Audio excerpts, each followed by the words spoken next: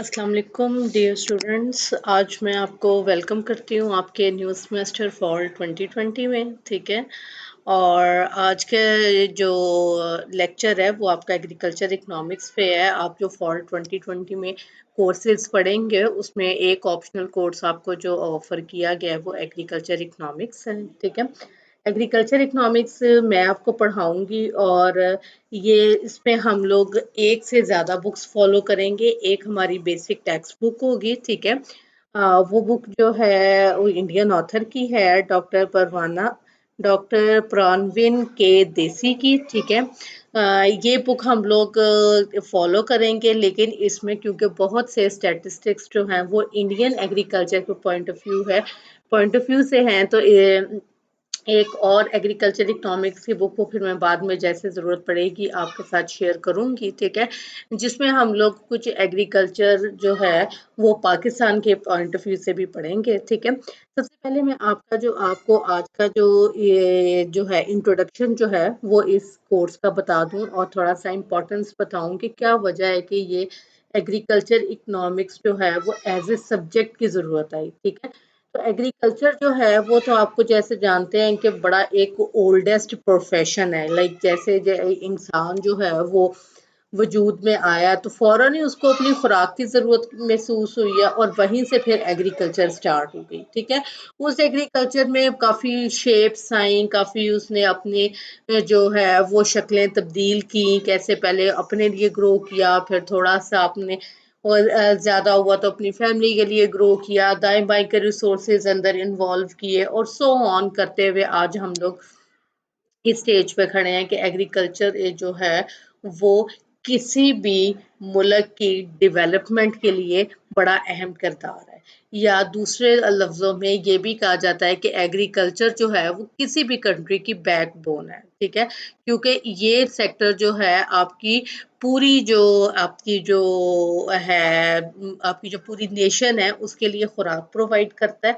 ये तो इसके साथ एक फैक्टर है ये इसके इम्पोर्टेंस के, लेकिन दूसरी इम्पोर्टेंस क्या है कि तकरीबन 40% लेबर जो है वो एग्रीकल्चर सेक्टर के साथ एंगेज है। ठीक है। आप ये देखें कि जो एम्प्लॉयमेंट का जो बहुत बड़ा शेयर है वो एग्रीकल्चर ने एंगेज किया हुआ है।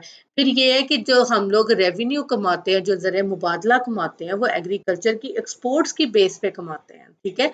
तो जब भी कभी कोई भी मुल्क अपने आप को कहता है कि हम लोग सेल्फ सफिशिएंट होना चाहते हैं, तो उसमें सबसे पहले देखा जाता है कि आया आपकी एग्रीकल्चर इतनी स्ट्रांग है कि आप अपने पब्लिक की खुराक को पूरा कर सकें। क्योंकि सेल्फ स्ट्रांग होने में सबसे पहले बात आती है कि आप अपनी खुराक खुद पैदा कर सकें, अपनी हिफाजत खुद कर सकें, अपने लैंड की हिफाजत खुद कर सकें, अपनी जो रोजमर्रा की जरूरियात है उसको खुद पूरा कर सकें। ठीक है।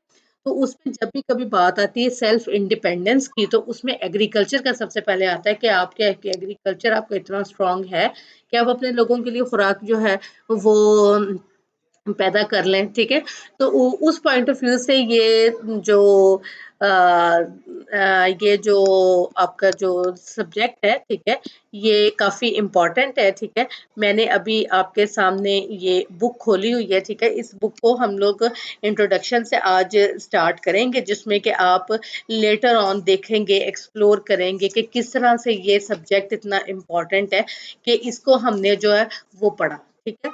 फिर एग्रीकल्चर के साथ इकोनॉमिक्स को क्यों कनेक्ट कर दिया, ये भी हम लोग इसमें बड़ा डिटेल में पढ़ेंगे। भी एग्रीकल्चर की तो हमें समझ आ गई, लेकिन एग्रीकल्चर के साथ इकोनॉमिक्स को कनेक्ट करने की क्या वजह थी? तो इकोनॉमिक्स को कनेक्ट करने की वजह ये थी क्योंकि इसके ऊपर बिजनेस हो रहा था, पैसा कमाया जा रहा है। ठीक है।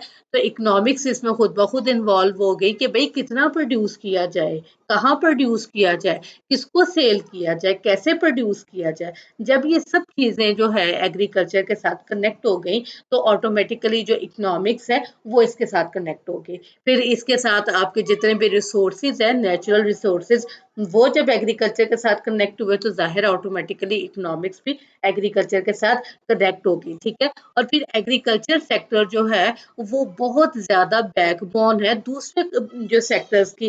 लाइक इंडस्ट्री जो है, इंडस्ट्री एग्रीकल्चर के बगैर काम नहीं कर सकती, क्योंकि बहुत से इनपुट्स आपको जो है वो एग्रीकल्चर से आती हैं, ठीक है। फिर बहुत सी ऐसी आपकी फूड इंडस्ट्रीज हैं जो कि काम नहीं कर सकती हैं क्योंकि उनका रॉ मटेरियल जो है वो आपका एग्रीकल्चर से आता है। आपकी जितनी भी टेक्सटाइल है वो खुद काम नहीं कर सकती है, सारे का सारा कॉटन जो है वो एग्रीकल्चर सेक्टर से आता है।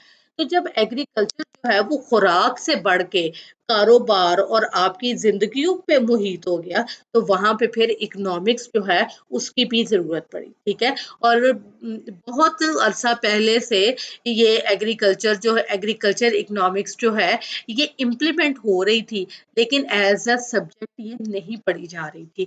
लेकिन कुछ अरसे से जब जो है आपकी जो डेवलपमेंट है वो मजीद कॉम्प्लिकेटेड होती गई, तो ये इकोनॉमिस्ट ने देखा कि जहाँ पे हम लोग डिफरेंट और ब्रांचेस बना रहे हैं एग्रीकल्चर की और सॉरी इकोनॉमिक्स की, तो वहाँ पे एग्रीकल्चर पे इंडिपेंडेंट एक ब्रांच होनी चाहिए, ठीक है।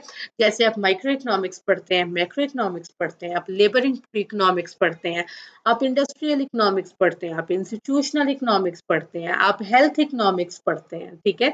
तो वहीं पे आपको एग्रीकल्चर इकोनॉमिक्स जो है उसकी भी जरूरत पेश आई, ठीक है। तो यहाँ पे इसके इंट्रोडक्शन से मैं आपको जो है स्टार्ट करती हूँ। ये बुक मैंने आपको जो है आपके पोर्टल पे अपलोड कर दी है शॉर्ट फॉर्म में, ठीक है।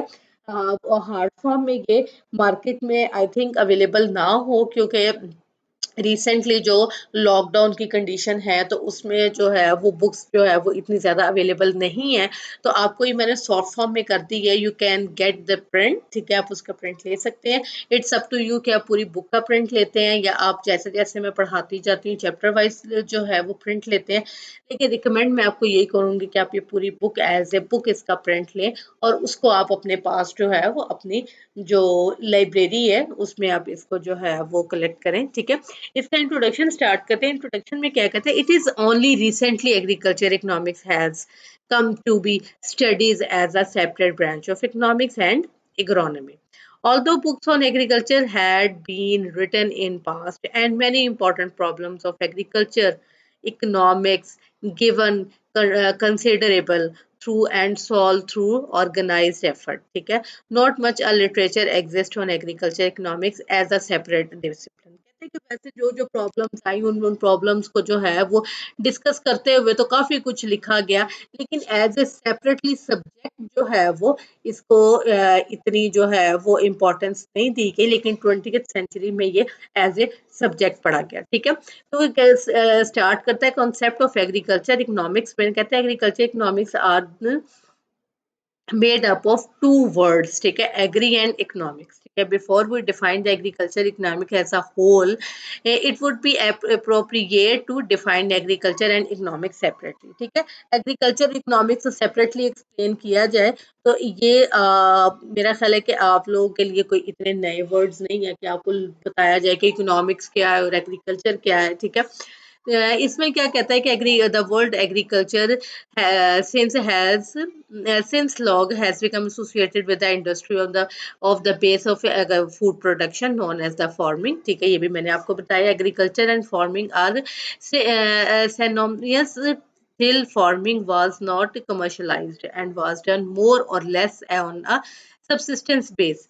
सब्सिस्टेंस बेस का मतलब ये है कि जब तक तो आप जो एग्रीकल्चर है वो आप बिल्कुल कर रहे थे कि आपने मिनिमम अपने लिए ग्रो करना है, अपने लिए उगाना है, ठीक है। तो वो जो फार्मिंग होती है वो सब्सिस्टेंस फार्मिंग होती है। लेकिन आफ्टर सम टाइम जब आपने देखा कि दाएं बाएं जो है आबादी बढ़ रही है, लोगों की जरूरियात बढ़ रही है, तो फिर कमर्शियल बेस पे भी जो है वो एग्रीकल्चर जो है उसको ग्रो किया गया। मतलब ये कि हाँ, मतलब ये कि ना तो सिर्फ मैंने अपने लिए नहीं ग्रो करना, बल्कि मैंने अपने साथ जो है और लोगों के लिए भी ग्रो करना है, ठीक है। अच्छा जी, चलें इसमें हम लोग जब हम लोगों ने कमर्शियली जो है अपनी एग्रीकल्चर जो है उसको जब हम लोगों ने एक्सपेंड किया, तो ज़ाहिर है फिर हमें इकोनॉमिक्स की ज़्यादा ज़रूरत पड़ी क्योंकि तब हम लोगों ने प्राइस सेट करनी थी, ठीक है। जब आपने कमर्शियली तौर पे अपनी एग्रीकल्चर को जो है वो किया, तो ज़ाहिर है मैंने चीज़ किसी को बेचनी है तो उसके लिए कोई ना कोई प्राइस सेट करनी है। जब भी कभी प्राइस सेट करने की बात आएगी तो वहाँ पे इकोनॉमिक्स आएगी, क्योंकि इकोनॉमिक्स कहती है कि डिमांड एंड सप्लाई जो है वो ऑटोमेटिकली जो है वो प्राइस को सेट करते हैं, ठीक है। तो इस तरह से जो है वो एग्रीकल्चर इकोनॉमिक्स जो है वो जो उसकी जो बर्थ है वो हुई, ठीक है। इसमें कहता है कि thus agriculture thus be defined as a production procedure, ठीक है, जिसमें प्रोडक्शन प्रोसीजर होते हैं, मार्केटिंग होती है, distribution of crop and life stock, ठीक है। जो एग्रीकल्चर है इसमें आपका लाइफ स्टॉक भी आता है। लाइफ स्टॉक जो जो कि आप जानवर जो है वो आप पालते हैं, उनसे आप दूध लेते हैं, उनसे आप गोश्त लेते हैं, प्लस आप जो एनिमल्स हैं उनका जो मीट यूज होता है, एनिमल्स जो है उनकी स्किन यूज होती है, ठीक है। तो वो जो जब भी आपकी एग्रीकल्चर की बात आती है तो लाइफ स्टॉक साथ ऑटोमेटिकली जो है वो कनेक्ट किया जाता है, ठीक है। ये इसको आप ये बड़ा इजी लिखा हुआ है, इसको बुक को आप फॉलो कर सकते हैं, ठीक है। इसमें मैं ये जो है इसके जो स्कोप है, ठीक है, उसको मैं डिफाइन कर देती हूँ। तो उसमें क्या कहता है कि फार्म सप्लाईज इंडस्ट्रीज, ठीक है। इसमें क्या होता है कि फार्म इनपुट्स है, सीड है, फर्टिलाइजर है, ठीक है, ये सारी इनपुट्स हैं जो कि एग्रीकल्चर में जाती हैं, ठीक है। जिसमें आपकी व्हीकल्स भी आते हैं, आपकी बिल्डिंग्स भी आती हैं, ठीक है। इसमें आपकी रिपेयर सर्विसेज भी आती हैं, मशीनरी भी आती है, ठीक है। ये सारी चीज़ें जो है ये इनपुट होती हैं फार्म इंडस्ट्री में, ठीक है। और यहाँ पे फार्म में फिर उसकी प्रोडक्शन होती है, या ज़ाहिर है जो भी कोई आप खेतों पे उगाते हैं, और फिर उसके बाद वो उगाई हुई जो चीज़ होती है उसका फूड प्रोसेस होता है। ज़ाहिर है गंदुम आती है तो गंदुम के बाद उसका आटा बनाया जाता है, वो एक फूड प्रोसेस है, ठीक है। आप जब भी कभी जो है कुछ फसलें हैं जिनको आप काटते हैं और फौरन यूज कर लेते हैं, लेकिन बहुत सी फसलें ऐसी हैं जिनको कि आप प्रोसेस करते हैं, जिसमें आपका शुगर केन आ जाता है। गन्ने से आप चीनी बनाते हैं तो वो शुगर केन जो है वो एक फसल है, लेकिन उसको आगे प्रोसेस किया जाता है जिससे कि चीनी बनती है, ठीक है। उसके बाद आता है कि डिस्ट्रीब्यूशन होती है, ठीक है, जिसमें डिस्ट्रीब्यूशन में देखा जाता है कि कौन कौन सी फसल किस किस को दी जाए, कहाँ कहाँ पे हो, ठीक है। Food processing, food transportation, food storage और फूड रिलेटिंग रिटेलिंग और फूड सर्विसेज, ठीक है। कहते हैं कि फिर उसके बाद आप वो सब चीज़ें जो आपने इंडस्ट्री में आपने जो प्रोसेस की होती हैं उनके आगे जो जो फर्दर स्टेप्स होते हैं वो सारे ये लिखे गए हैं। उस इस सारे को उसने क्या नाम दिया है आपके स्कोप ऑफ मॉडर्न एग्रीकल्चर का नाम दिया है, ठीक है। अच्छा जी, इसमें मैं यहाँ पे आपको जो है खुद आप इसको पढ़ेंगे, इसमें कोई भी ऐसी बड़ी चीज़ नहीं है जो आपको समझ ना आए। The science which studies human behaviour as a relationship between ends and scarce means which have alternative uses, ठीक है। ये इकोनॉमिक्स की उसने बेसिक डेफिनेशन बताई है। कहते हैं इकोनॉमिक्स क्या होता है, जिसमें आपके पास थोड़े से ज़राए होते हैं और उनको आपने बेहतरीन तरीके से इस्तेमाल करते हुए अपनी ज़रूरियात को पूरा करना होता है, ठीक है। तो इन दोनों जब थेरीज हैं इनको जब हम लोग कनेक्ट करते हैं तो आपकी एग्रीकल्चर इकोनॉमिक्स बन जाती है, ठीक है। फिर उसके बाद क्या कहता है describing between alternatives way of using limited resources, ठीक है, satisfying human needs and wants for which they are varying the degrees of preferences. और उसके बाद फिर कहता है कि taking into the account human behaviour and discussion and decision making on the best way to use the alternative resources। जाहिर है आपके पास जो लिमिटेड से रिसोर्सेज हैं उनको आपने बड़े बेस्ट वे से यूज करना है, ठीक है। तो ये उसमें एक डायग्राम बताता है कि ये आपके पास रिसोर्सेज हैं, आपके पास वाटर बहुत कम है, आपके पास लैंड जो है वो बड़ी लिमिटेड है, आपके पास मशीनरी इक्विपमेंट बहुत लिमिटेड है। उन सब चीज़ों को आपने किस तरह से यूज़ करना है कि आप लोग अपनी प्रोडक्शन इतनी कर सकें कि जो आपकी मुल्क की ज़रूरत के लिए काफ़ी हो, ठीक है। और फिर वो प्रोडक्शन प्रोसेस से जो गुड्स बनेंगी, ठीक है, वो आपकी जो है जो भी आपकी सोसाइटी की जो नीड्स है उनको पूरा करेंगी, ठीक है। तो यहाँ पे आप ये देखें कि आपके जो रिसोर्सेज है वो बड़े लिमिटेड हैं। लिमिटेड रिसोर्सेज का मतलब ये है कि अब जैसे कुछ फसलें हैं जिन पे पानी बहुत ज़्यादा लगता है, जिसमें कि बहुत बड़ी मिसाल आपकी चावल की फसल है, ठीक है। अब पाकिस्तान जो है वो वाटर स्ट्रेस कंट्री में आता है, तो उसमें बहुत से इकोनॉमिस्ट और क्रिटिक्स ये कहते हैं कि हम लोगों को चावल की ग्रो बिल्कुल पाकिस्तान में ख़त्म कर देनी चाहिए। और हम लोग जो है क्योंकि इतनी ज़्यादा कॉस्ट इसमें बढ़ जाती है, पानी आपका इतना ज़्यादा ये फसल ले रही है कि आपका जो ग्राउंड वाटर टेबल है वो बहुत ज़्यादा लो हो रहा है। तो जो ग्राउंड वाटर टेबल अगर लो हो रहा है तो इसका मतलब है कि जो आने वाली जनरेशन्स हैं उनके लिए रिसोर्सेज़ कम हो रहे हैं, ठीक है? तो हाँ, रिसोर्सेज़ को यूज़ करने का पैटर्न ये होता है कि आपने अपने लिए तो यूज़ करना ही करना है, लेकिन अपने साथ आपने अपनी नेक्स्ट जो जनरेशन है उसकी भी टेक केयर करनी है, ठीक है? उसको भी देखना है कि उसके लिए भी कुछ ना कुछ बचे, आपने सारे का सारा आज ही नहीं खा लेना है, ठीक है? जिसके एग्जाम्पल आप इस तरह से देखें कि आज से कोई जो है वो मेरा ख्याल है कोई 15-20 साल पहले like I think 20 years back अगर देखा जाए तो जब भी कभी जमीन में जो है पानी के लिए ड्रिलिंग की जाती तो कहते थे कि भाई 50-60 फीट पे पानी आ जाता है, लेकिन अगर आप 100 फीट गहरा कर देंगे ना, है ना, तो ऐसा बेहतरीन साफ पानी आएगा कि जिसको आप बिल्कुल पी सकते हैं, घर में इस्तेमाल कर सकते हैं, ठीक है। तो वो मुझे जो है कुछ ऐसी याद आता है, मेरे जहन में आता है कि दाएं बाएं ऐसे एक दो दफा जो है वो सुनने में मिला है कि जनाब तो पानी तो हम लोगों को 70-80 पे बड़ा बेहतरीन मिल गया था, लेकिन फिर भी हमने कहा कि ये काम बार बार क्या होना है, तो हमने 100 फीट पे गहरा कर दिया, ठीक है। और अब देखें वो जो जो हजरत थे जो ये बात कर रहे थे, मुझे अभी तक उनकी बात याद है, ठीक है। तो कुछ अर्सा पहले जो है वो उनके घर जाना हुआ, तो उन्होंने बिल्कुल जो उनकी जो मोटर थी उन्होंने वो सारी बिल्कुल ऐसे वाइंड अप करके जो है ना वो कार्ड कबाड़ में फेंक दी। तो मैंने कहा ये क्या आप ये यूज नहीं करते हैं? कहते नहीं वाटर टेबल इतना लो हो गया, पानी रहा ही नहीं है। तो मैंने कहा अच्छा कितना लो हो गया? कहते तकरीबन 250 पे भी अगर हम लोग करते हैं तो पीने वाला पानी नहीं निकलता, पानी आ जाता लेकिन पीने वाला पानी नहीं निकलता। तो आप ये देखें कि हम लोगों ने अपने जो नेचुरल रिसोर्सेज हैं उसको हम लोग कितनी बेदर्दी से इस्तेमाल कर रहे हैं कि कहाँ पे 100 फुट पे आपको फ्रेश ड्रिंकेबल वाटर मिल जाता था और कहाँ पे आपको 250 पे भी आप कहते हैं कि पानी आ जाता है लेकिन वो पीने वाला पानी नहीं होता है, ठीक है।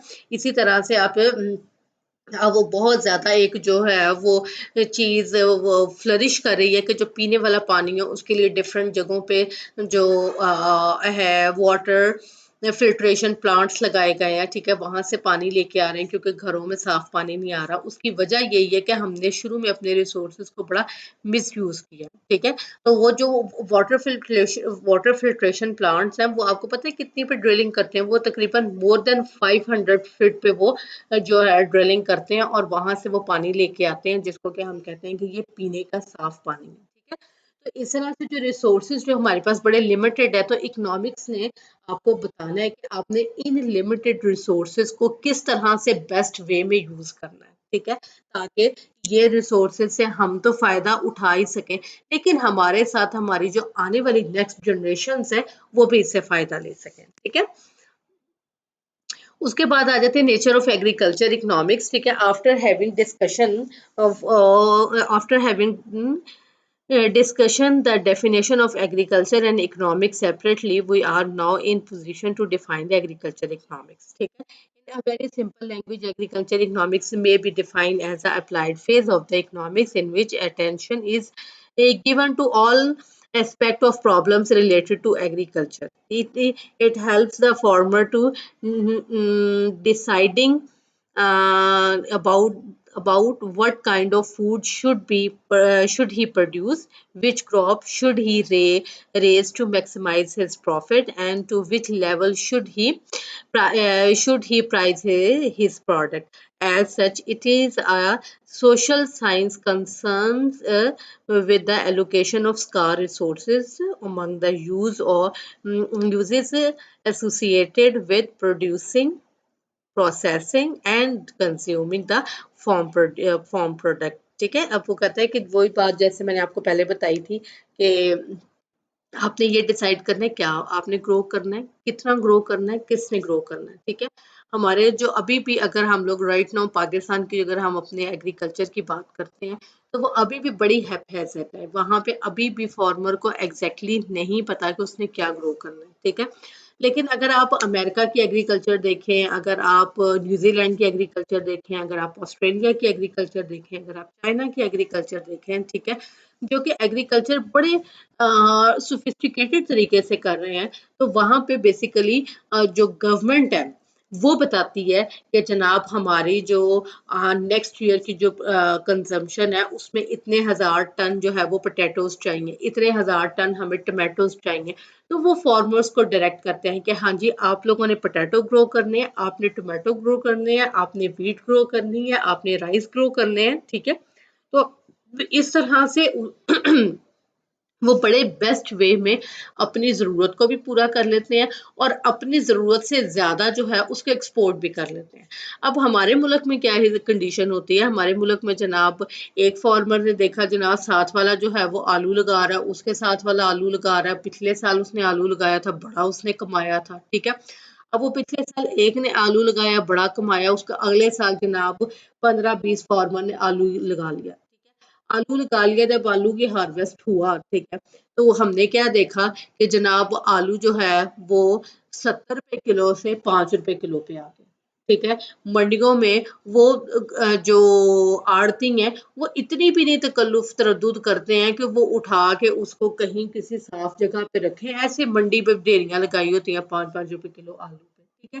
अब जो फार्मर जिसने जो है 4-5 महीने सारी अपनी फसल को ग्रो किया, उसका 5 रुपए आलू के 5 रुपए किलो बेच के गुजारा होता है, ठीक है, बिल्कुल भी नहीं होता है। तो उसमें क्या होता है, उनको लॉस हो जाता है। तो यहाँ पे बेसिकली इकोनॉमिक्स इन्वॉल्व होती है जो कि बताए कि आपने कितना प्रोड्यूस करना है, आपने कब प्रोड्यूस करना है, ठीक है, आपकी कौन सी क्रॉप की कब जरूरत है, आलू की कब ज़रूरत है, अब आलू हमारे पास स्टॉक में है, नेक्स्ट में नहीं है, उसके लिए है, ठीक है?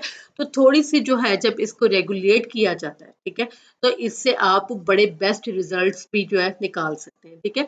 मैं साथ-साथ आपको जो है एग्रीकल्चर इकोनॉमिक्स जो है ये मैं इसकी इम्प्लीमेंटेशन जो है पाकिस्तान के पॉइंट ऑफ व्यू से भी बताती जाऊँगी, क्योंकि ये बुक जो है वो इंडियन ऑथर ने लिखी है, तो उसमें उसने बड़ी जर्नल क्या बात की है या इंडिया के पॉइंट ऑफ व्यू से बात की है, ठीक है?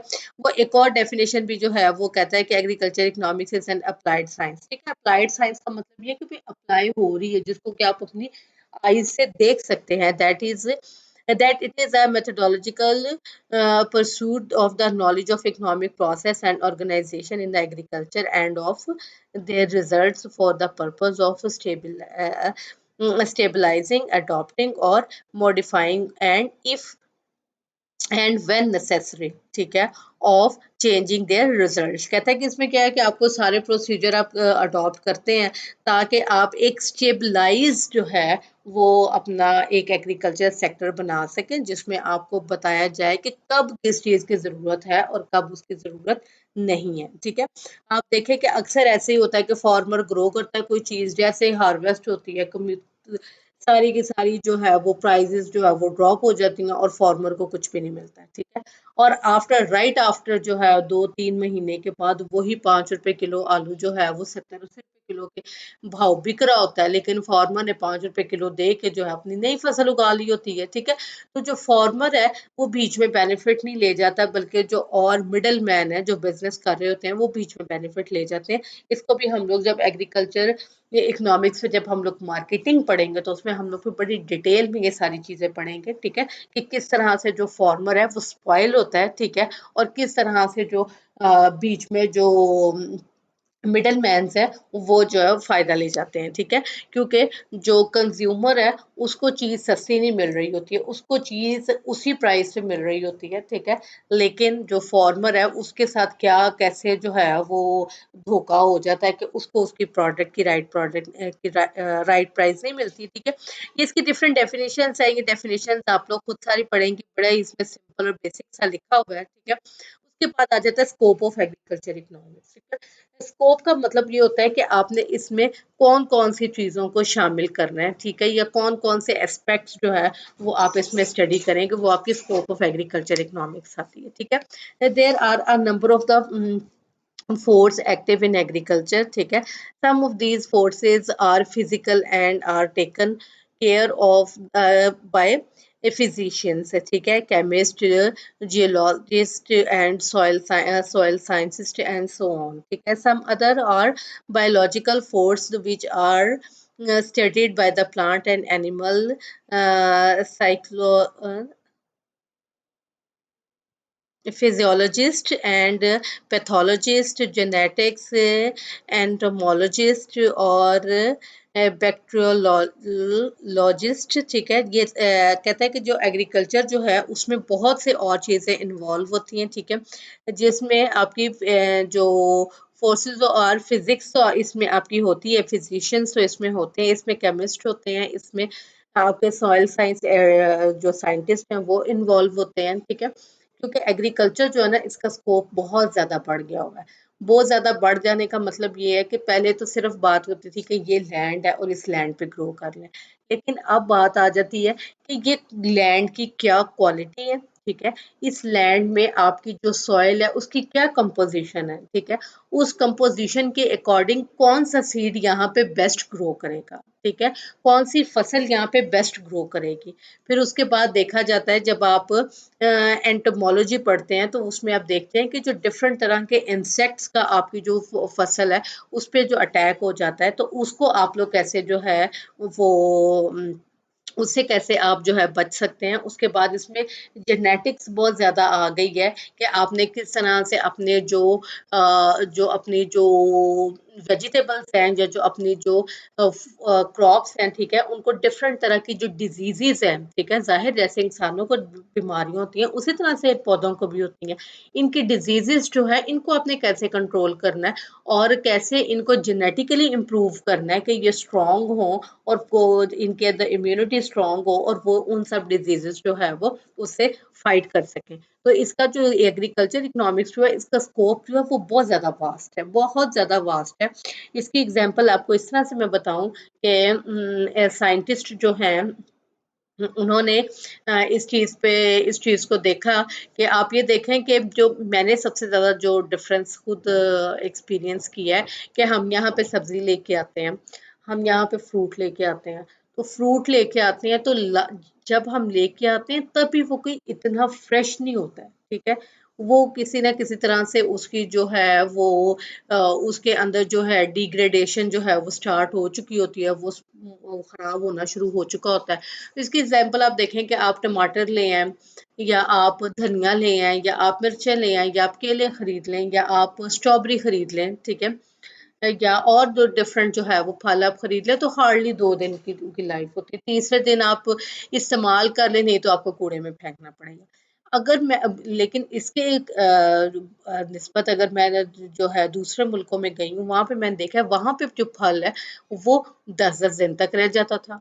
उधर जो सेब और जो नाशपाती है उसकी शेल्फ लाइफ उन्होंने 1 महीने तक की हुई थी विदाउट एनी रेफ्रिजरेटर और फ्रिज के, ठीक है। उन्होंने अपने ऑफिसेज में जो ना पूरे के पूरे क्रेट सेबों के मंगवा के रखे होते थे, वो खराब नहीं होते थे। तो मैंने जब उस चीज को देखा तो तब जनाब उन्होंने मुझे बताया, उन्होंने कहा कि हम लोगों ने इतनी डिफरेंट तरह की वैरायटीज तैयार कर ली हुई हैं जिसमें ये जो जेनेटिकली जो पिगमेंटेशन जो है आपके जो सब्जियां और जो है और जो फल है उनको खराब करती है उनको हमने मिनिमाइज कर दिया हुआ है ताकि जो आपका फल है उसकी शेल्फ लाइफ ज्यादा रह सके। अब आप ये देखें जो फार्मर है उसको क्या होता है कि उसने अपनी सब्जी बेचनी बेचनी है क्योंकि आज उसकी सब्जी फ्रेश है, आज उसका रेट और है, कल उसकी सब्जी पुरानी हो गई है, उसका रेट और हो जाना है, ठीक है। जो वो बाहर के मुल्क हैं उन्होंने क्या किया है, जो डेवलप एग्रीकल्चर जहाँ पे हो रही है उन्होंने इतनी ज्यादा स्ट्रॉन्ग कर दी है उसके अंदर इम्यूनिटी कि आपका जो फल या सब्जी है वो 8-10 दिनों से में वैसे बिल्कुल फ्रेश रहता है, ठीक है। तो उसमें जो है इकोनॉमिक्स इन्वॉल्व हो जाती है और थोड़ा सा जो फार्मर है उसको स्पेस मिल जाती है प्रॉफिट गेन करने की, ठीक है। यहाँ पे हम लोग अक्सर देखते हैं कि रेडियो पे अगर आप कहीं पे फल लेने के लिए जाएं तो सुबह उसने केले 100 रुपए किलो लगाए होते हैं, लेकिन जब आप शाम को वापस आएंगे तो उसने 60 रुपए किलो कर दिए होते हैं क्योंकि उसको पता है कि आज ये 60 रुपए किलो शाम तक बिक जाए क्योंकि अगले दिन ये 40 रुपए किलो भी नहीं बिकने हैं क्योंकि उन्होंने एक रात में इतने ज्यादा जो है वो खराब हो जाने हैं। तो इस किस्म की जो है चीज़ों को जो है आपने डेवलपमेंट के थ्रू अपनी जो साइंस और टेक्नोलॉजी है उसके थ्रू इम्प्रूव किया है और ये सारी आपकी जो स्कोप ऑफ इकोनॉमिक्स जो है वो उसमें आती हैं, ठीक है। फिर उसमें कहते हैं कि उसमें the relationship of the concept supplementary complementary and comparative between the different branches of the enterprises such as stimulation rising cereals and animals on the same farm. फिर a relationship of the activity between the different means employed in the process of production, as it is a simulation of the employment of machinery and human labor. ठीक है, ये सारे उसके जो scopes हैं उसको ये एक्सप्लेन कर रहा है। ठीक है, ये सारा आपने इसमें जो है खुद पढ़ना है, इसमें कोई भी ऐसी चीज़ नहीं है जो कि आपको समझ नहीं आएगी। बड़ा बेसिक सा ये आपका जो सब्जेक्ट है, और जब आप इसको पढ़ेंगे तो आपको अंदाज़ा होगा कि कितनी आम सी बातें हैं, ठीक है, जो कि हम लोगों ने इग्नोर की हुई हैं, या हम लोगों ने कितनी इस पे स्टडी करने की, रिसर्च करने की ज़रूरत है, क्योंकि इसको हमने इग्नोर किया हुआ है। लेकिन इसकी कुछ ना कुछ कॉस्ट है। अगर हम लोग इसको इम्प्रूव करें तो डेफिनेटली हम लोग उससे बेटर गेन कर सकते हैं। ठीक है, अच्छा जी, उसके बाद the domain of agriculture economics thus covers the examination of each element of agriculture production, whether it connection with any one of the above named relationship is particular in or with several of them together. ठीक है, for the purpose of obtaining the greater net profit. कहता है कि जो भी सारे relationship ऊपर ऊपर उसने जो भी चीज बनाई है, ठीक है, उसका एंड जो है वो रिजल्ट ये लेते हैं। कहता है कि आपने अपना जो प्रॉफिट है उसको आपने मैक्सिमाइज करना है, जिसकी वजह से आप ये सारी चीजें जो है वो कर रहे होते हैं। ठीक है, फिर उसके बाद इसमें ये सारे scope of agriculture is extend to the distribution and consumption problem of the farm production as well. जैसे मैंने अभी आपको बताया कि डिस्ट्रीब्यूशन और कंजम्पशन जो है वो इसमें है, what to distribute among whom to distribute, and on what base to distribute। ठीक है, what to consume and how much to consume are therefore some of the important questions default in agriculture economics. The study of agriculture economics is also the functioning of a government in agriculture। ठीक है,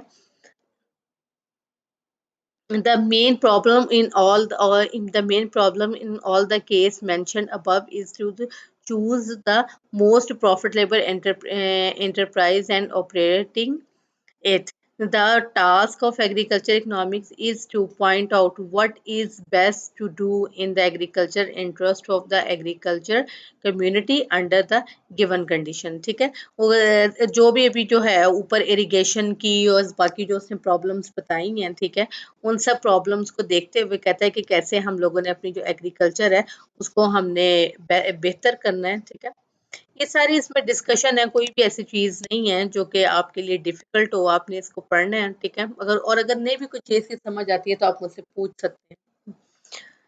अच्छा जी, उसमें है type of agriculture economics जो है उसमें आ जाता है agriculture economics is both a social science और as also a natural science. ठीक है, इसमें सोशल साइंस आ जाती है कि जब आप इसमें बात करते हैं कि भाई कितनी कीमत होनी चाहिए, किसने इसको कंज्यूम करना है, किसने इसको प्रोड्यूस करना है, कितना प्रोड्यूस करना है। नेचुरल साइंस की बात आ जाती है जब आप इसमें जो देखते हैं कि आपने कौन सा सीड उगाना है, कौन सा सीड बेहतर है, कौन सी वैरायटी बेहतर है, किस वैरायटी से मुझे यील्ड ज्यादा है। ठीक है, कौन सी सॉइल जो है वो किस वैरायटी के लिए ज्यादा बेहतर सूट करती है। ठीक है, इसमें आप देखें कि जैसे आपका जो पाकिस्तान में अगर देखें तो मुल्तान जो है रीजन जो है वो सारा आपके जो मैंगोज जो हैं उसके लिए बड़ा बेस्ट है। उसके बाद फिर आपका जो ये शरकपुर साइड आती है, ये राइस जोन आता है, यहाँ पे चावल बहुत अच्छा उगता है। ठीक है, इसी तरह से डिफरेंट जो पाकिस्तान के एरियाज हैं वहाँ पे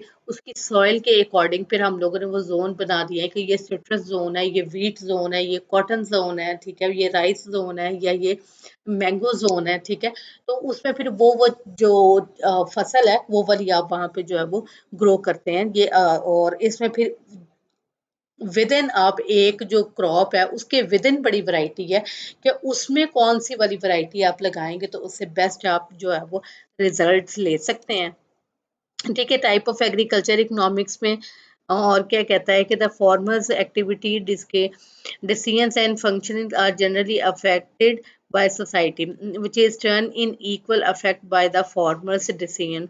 To the extent farmer's decision are affected by his own psychology, social institutions and religion and other taboos. ठीक है, वो कहता है कि his activities cannot be measured in as a precious manners as would be possible in laboratory experiment. कहता है कि जाहिर है एग्रीकल्चर के लोग ज़्यादातर जो है ना इलिटरेट है, वो उनके पास कोई हार्ड एंड फास्ट रूल नहीं है और ना ही वो कोई जो ऑर्गेनाइज तरीके से एग्रीकल्चर कर रहे होते हैं। वो क्या करते हैं कि बस देखते हैं कि जो हमारे बड़ों ने जैसे किया हमने वैसे करना है, क्या दाएं बाएं से इन्फ्लुएंस होता है कि अच्छा भी फलाने बंदे ने ये वाली फसल लगाई थी, फलाने बंदे ने ये काम किया था तो हमने ये काम करना है, ठीक है, जिसकी वजह से भी आपकी जो एग्रीकल्चर है वो बहुत ज़्यादा बैकवर्ड है। On the other hand, agriculture is a nature of the science deals with through which examination evaluation of the scientific innovations, ठीक है, जो भी scientific innovations है उसको साथ जो है वो अडॉप्ट किया जाए। अब इसमें अब देखें कि बहुत सी नई से नई वीट की वैरायटीज जो है वो डिस्कवर हो रही हैं, ठीक है। इसमें एक चाइना में एक बड़ा आम सा एक साइंटिस्ट था, ठीक है, वो बेसिकली फॉर्मर था, लेकिन बाद में उसने अपने जो प्रोफेशन है उस पे इतनी ज़्यादा एक्सीलेंस की कि वो साइंटिस्ट जो है वो बाद में डिक्लेयर्ड हुआ और उसको मिस्टर राइस भी कहा जाता है, ठीक है।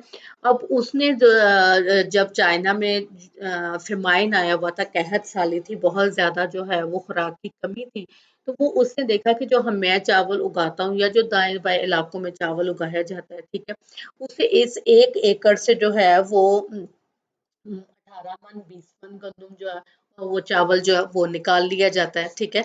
लेट्स सपोज अब अगर आप देखें कि पाकिस्तान, इंडिया, बांग्लादेश ये देखें तो हमारी जो है वो इतनी है, 1 एकड़ से जो है वो 30 मन 40 मन, कोई बड़ा कोई एक्सीलेंट करेगा तो 50 मन जो है वो राइस निकाल लेगा। लेकिन जो वो मिस्टर राइस है उसने जो वैरायटी इंट्रोड्यूस करवाई थी वो 1 एकड़ से उन सीड्स को यूज करते हुए तकरीबन 150 से पौने 200 मन तक जो है वो राइस जो है वो उसकी प्रोडक्शन जो है वो लेते थे, ठीक है।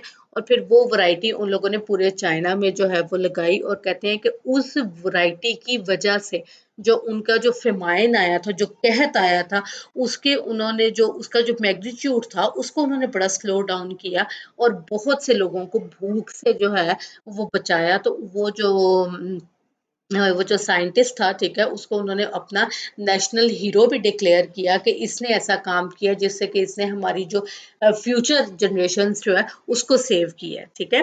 तो इस तरह से जो है ये आपकी नेचुरल साइंस के साथ साथ ये आपकी प्योर साइंस तो है ही है, ठीक है।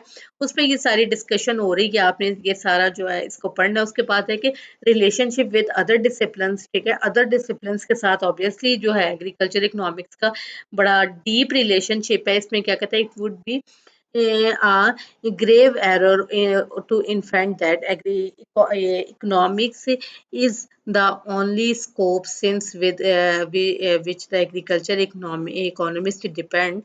The applied or technical agriculture science such as agronomy, animal husbandry and agriculture engineering contribute data show the effect of various type of practices and equipment on output, ठीक है। Such information is helpful and rather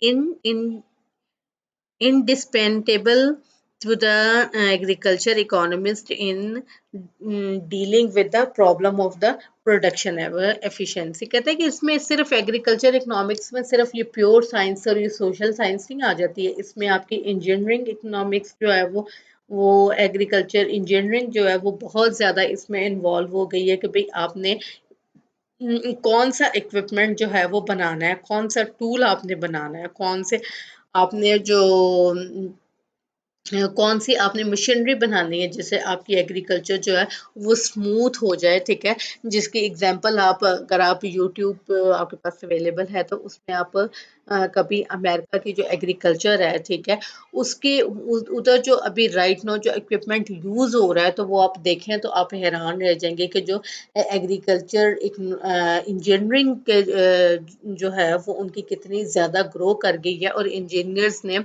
इस किस्म के units बनाए हैं, वो बड़े movable units है कि हम लोगों को किसी जगह पे जाके अपनी फसल ले जाके वहां पे जो हम लोगों ने उसको प्रोसेसिंग करनी है, तो उन्होंने क्या किया कि वो पूरा एक मूवेबल यूनिट है, ठीक है। वो यूनिट जिस फील्ड में आप कटिंग कर रहे हैं, अपनी जो फसल है उसकी कटिंग कर रहे हैं, लेट सपोज इसके एग्जांपल में अगर आप देखें तो पोटैटोज़ हैं, ठीक है?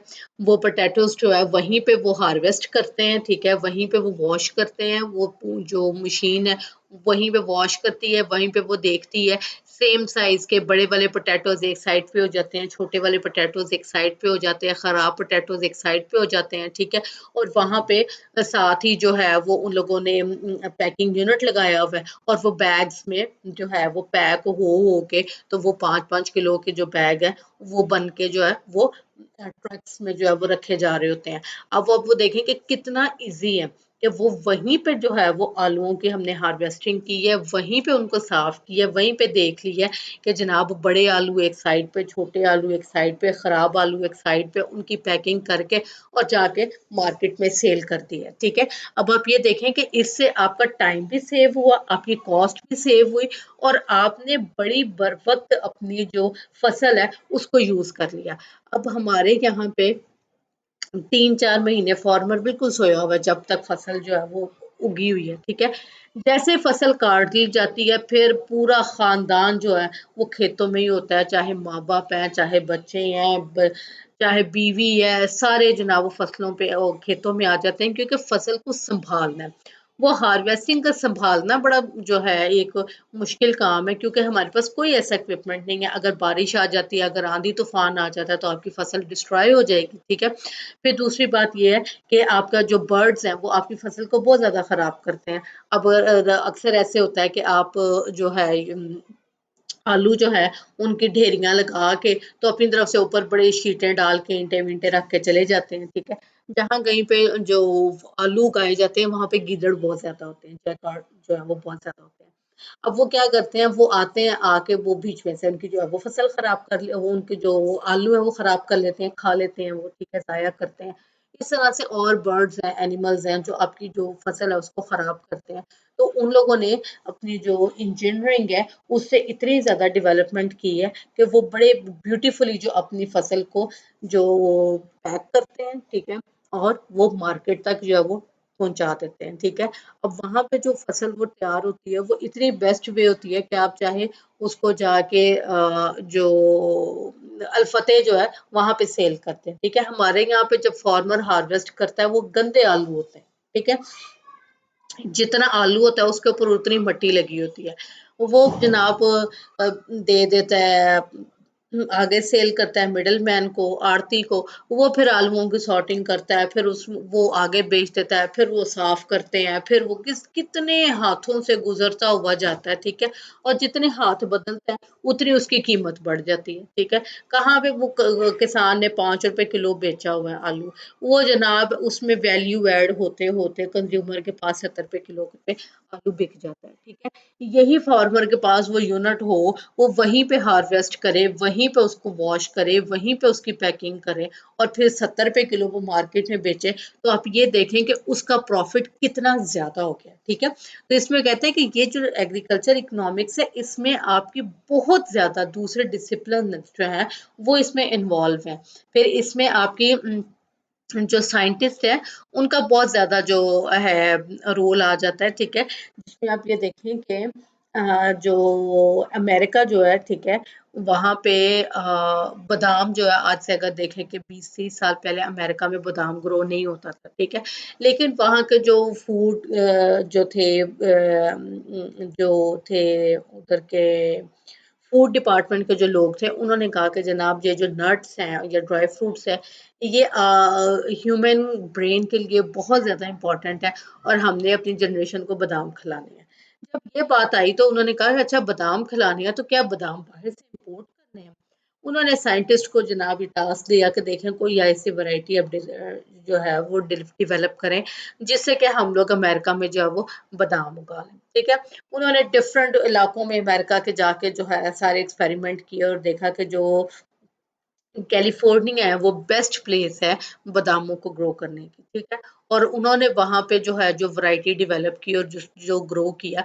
उससे पहले आप देखें कि बड़ा कॉन्सेप्ट होता था कि जनाब कड़वे बादाम, अगर आप बादाम खा रहे हैं तो 10 बादाम के दानों में 6 दाने जो है वो मीठे होंगे और 4 दाने कड़वे होंगे, या समटाइम 50-50 की रेशो होती है आपके कड़वे बादाम की। जो उन्होंने बादाम जो है उसकी वैरायटी डेवलप की, उसमें क्या हुआ कि जो बादाम का जो कड़वा होने की जो थी चीज वो उन्होंने बिल्कुल मिनिमाइज करके जीरो कर दी। ठीक है, और इस वक्त अमेरिका का जो बादाम है पूरी दुनिया में खाया जाता है, सबसे ज्यादा एक्सपेंसिव है। ठीक है, और उसका सक्सेस रेट 100% है। तो उन्होंने क्या किया कि बादाम की जरूरत थी, उन्होंने अपनी जनरेशन को भी अपनी नेशन को भी खिलाए। ठीक है, अपनी जनरेशन को भी उन्होंने सेव किया, प्लस उन्होंने एक्सपोर्ट करके इससे बहुत ज्यादा जो है फॉरेन एक्सचेंज भी कमाया। ठीक है, इसी तरह से जो है इंडस्ट्रियल डेवलपमेंट एंड एग्रीकल्चर जो है वो ज़ाहिर है आपकी जितनी भी कॉटन है, आपकी टेक्सटाइल है, वो सारी आपकी एग्रीकल्चर से आ रही है। जितने भी ऑयल सीड्स हैं, ऑयल बनाने वाली कंपनीज़ हैं, ऑयल सीड्स जो है वो आपका इधर से आता है। ठीक है, फिर और तरह की आपके जो हर्ब्स हैं वो सारी इस तरफ से आते हैं। जितने भी आपके मसाले हैं वो सारे एग्रीकल्चर से आते हैं। तो कहते हैं कि जो एग्रीकल्चर जो है इसकी डेवलपमेंट बेसिकली इंडस्ट्री की डेवलपमेंट है। अगर आप कहते हैं ना कि हमने इंडस्ट्री को स्ट्रॉन्ग करना है तो आपकी एग्रीकल्चर स्ट्रॉन्ग होगी तो आपकी इंडस्ट्री आगे चलेगी। ठीक है। अच्छा, उसके बाद सिग्निफिकेंस ऑफ एग्रीकल्चर इकोनॉमिक्स ये है कि भाई एग्रीकल्चर इकोनॉमिक्स की क्या इंपॉर्टेंस और क्या सिग्निफिकेंस है। ठीक है, ये सारी आप खुद पढ़ेंगे, इसमें कोई भी ऐसी चीज़ नहीं है जो कि एमफिल के स्टूडेंट्स को समझ ना आए। फिर भी अगर इसमें से कोई चीज़ समझ नहीं आती है तो आप उनसे डिस्कस कर सकते हैं। ठीक है, ये आपका फर्स्ट चैप्टर है और फर्स्ट लेक्चर है। ठीक है, आप इसको पढ़ें, इसमें कोई भी किसी किस्म की आपको प्रॉब्लम अगर होती है तो पोर्टल पे मैं अवेलेबल हूँ। ठीक है, वहाँ पे डिस्कशन बॉक्स में आपको जो भी आपका क्वेश्चन है वो आप ड्रॉप कर सकते हैं, मैं आपको उसके आपका आंसर जो है वो दे दूंगी। Thank you very much.